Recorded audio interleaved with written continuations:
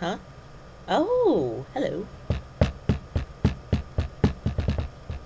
Hello, I am Razorwing. I am one of Carla's many muses, and I am here to present a project on emotions. Huh? What? Wait, I'm supposed to be doing that, not you. What do you think you're doing? Well, I'm doing a project. That's what Carla told me to do. No, that's ridiculous. I was told that I was doing this project. Alone. Solo. Mano. One person, not a strange little dragon thing. Excuse me. I am not a little dragon thing. I am a full-fledged dragon. Unlike you, who's this weird, cheerleader person thing. I mean, come on. You're everything Carla isn't. Well, exactly. I am her inner cheerleader. What are you, her inner thing? I don't know what the heck you are. Don't get me started, Sarah. Oh, started? Oh, you do not want to go there, Razorwing. Yeah, you share your name with like 3 other characters in her head. You're pushing it. You're really pushing it. Ooh, what are you gonna do? Are you gonna blow me up? Please, you can barely blow a smoke ring. Alright, that's it. You're done for. Come on. Oh, I will light you on fire. Oh, I don't care how long this takes. I am getting more skin. You are gonna hear.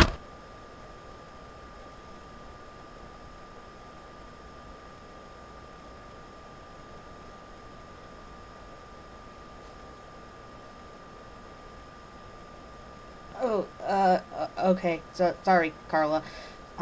Yeah. Hey, Sarah, wanna just let bygones be bygones and kind of do this together? Well, yeah, I guess we can do it together.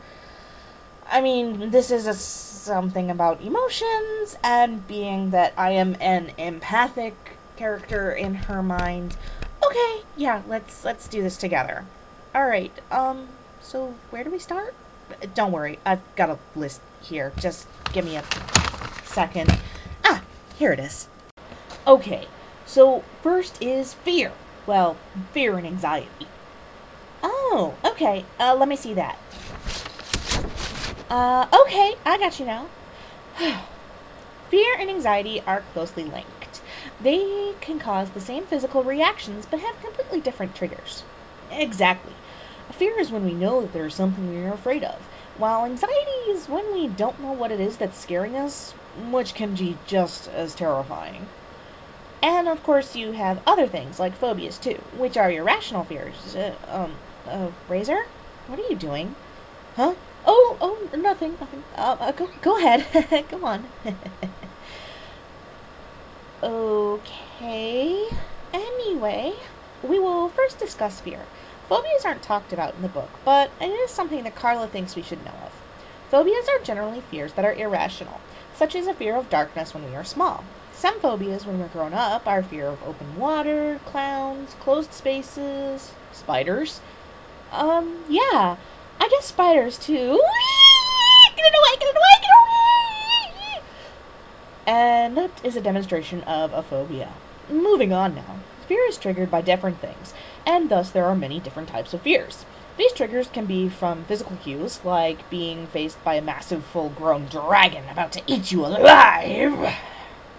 Or fear can be prompted by a feeling of being left out and alone, or not accepted for who you are. Personal fear of failure is another trigger, but these things can be handled by simply thinking of things logically. Especially if you're afraid of having that new relationship, which will end up bad, like the last one. You can't let prior experiences ruin your chances of happiness, after all. Right on, Dragon Sister. But what about when you're taking a test, and you're afraid that you'll blank out and won't get a good grade? Is that fear or anxiety? Ah, now that is anxiety. It is a fear that is based on an unpleasant, threatening feeling that something bad is going to happen. We don't know what, but we know that we're scared and we don't like it. Ah, okay. So, like fear, does anxiety also have different types? Absolutely. There's preparation anxiety and worry. Worry is the lesser of these two forms, as everyone at some point in their lives gets worried over something. It's normal to worry about future events, but you can't let it ruin your life, especially if it ends up costing you relationships and happiness. Worry can turn into neurotic anxiety, which can interfere with one's ability to cope or handle with those anxiety-producing situations. Okay, and I guess another form of preparation anxiety is test anxiety. I know, after all, everyone in this room has had test anxiety at some point. I mean, come on, we're all in college. Big tests? Yeah, it gets a little stressful. But it's also like getting nervous at a sweaty and all jittery at a job interview. Again, like Razor said, even though test anxiety is generally normal, it can turn into a neurotic anxiety in which you won't be able to deal with the stress. So try not to let it get too bad. One of the quotes in the book I liked was from Dr. Brad, I think it's Schmidt. Yes, Schmidt. He said, just don't allow fear to defeat you. That's kind of true, you know? Oh, absolutely. So what's next on the list? Anger. Wow. We know a lot about that, don't we? Yeah, I guess we do know a little bit about anger, huh? Well, let me see that. Okay. So there are, just like fear, different types of levels of anger. It is a feeling of extreme displeasure brought on by the fact that we don't like what's going on around us. It ranges from very mild to very strong, and it can be very destructive if left unchecked. Oh, and let's not forget that there are different levels of anger, from lowest to highest. They are annoyance, hostility, hate, rage, and resentment. Of course, this is just a loose ranking. The book isn't clear on what's worst. Call this a list of personal ranking from personal experience. Annoyance is the mildest form of anger.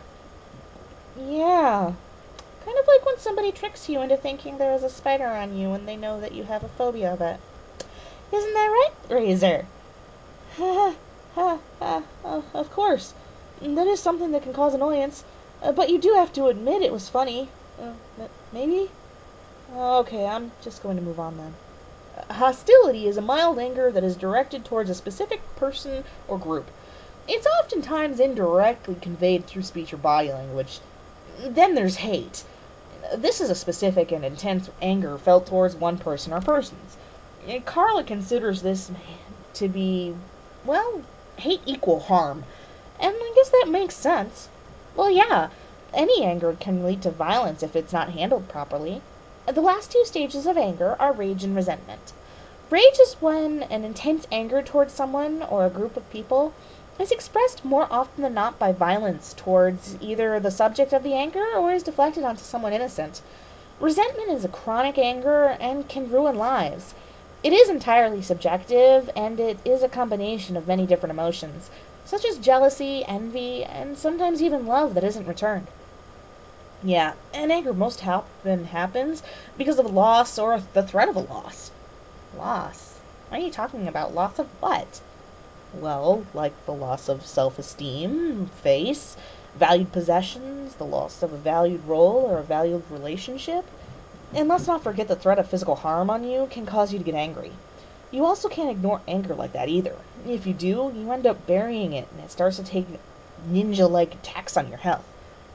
Well, yeah, I mean, I know that repressing anger can cause ulcers and stuff. But the main thing is that anger really isn't right or wrong.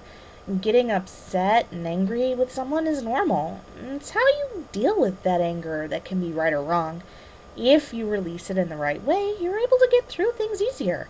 But if we choose to let it build up and release that pent-up aggression in the wrong way, it can destroy relationships and lives. After all, blowing up at your boss after a week of really bad stuff happening, well, that can make you lose your job. Not only that, but you're vulnerable when you're angry. You say things that you don't really mean and do things to people who you really care about.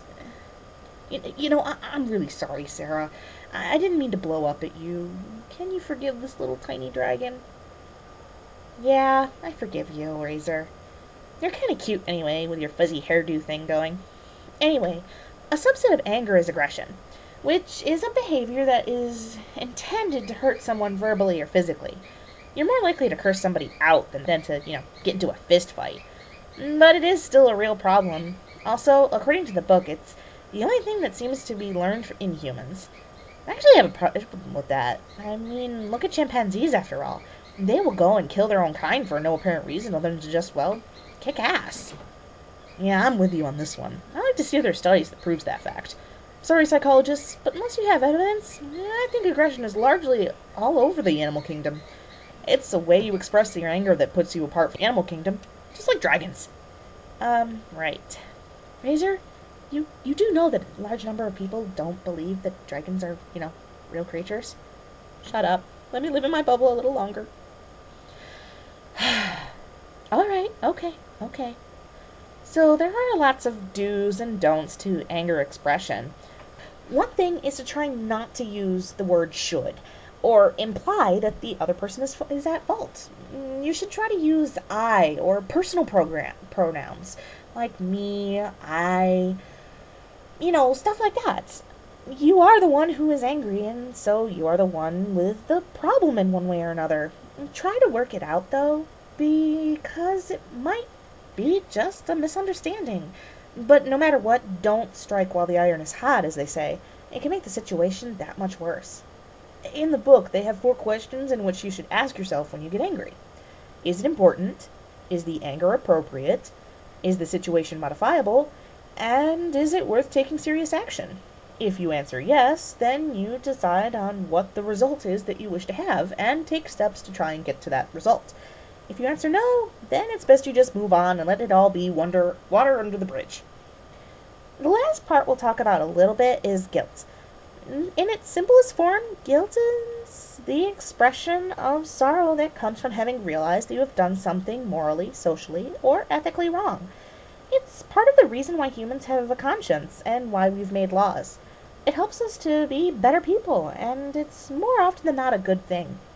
Unjustified guilt, though, isn't good. If you feel guilty over something that was out of your control, it can lead to a downward spiral in your enjoyment of life. And it can paralyze people and make them unable to function as human beings. Or dragon beings, in my case. Anyway, it seems that emotions that we have are constantly on a razor's edge of being good for us and being bad for us. It's like a delicate balancing act that we play from day to day, and it's harder for some people to find that balance than others. Oh, yeah, absolutely true. The last part of the presentation is actually going to be taking place in a short clip that Carla has provided. It is called Quicksand, and it deals with the process of grieving. Wait, quicksand. Isn't that the robot chicken sketch with the giraffe? Yeah, so I guess there is a warning. If you don't want to hear bleeped out language, kind of foul, then I guess you're free to leave the room. Sarah, we really did a good job on this, don't you think? Oh, absolutely, Razorwing. We're gonna have to do this again sometime. Oh, yeah, absolutely. This was kind of fun. Anyway, that's all from Carla's Muses. I'm Razorwing. And I'm Sarah. Hope we'll see you again soon. Bye! Bye, everybody.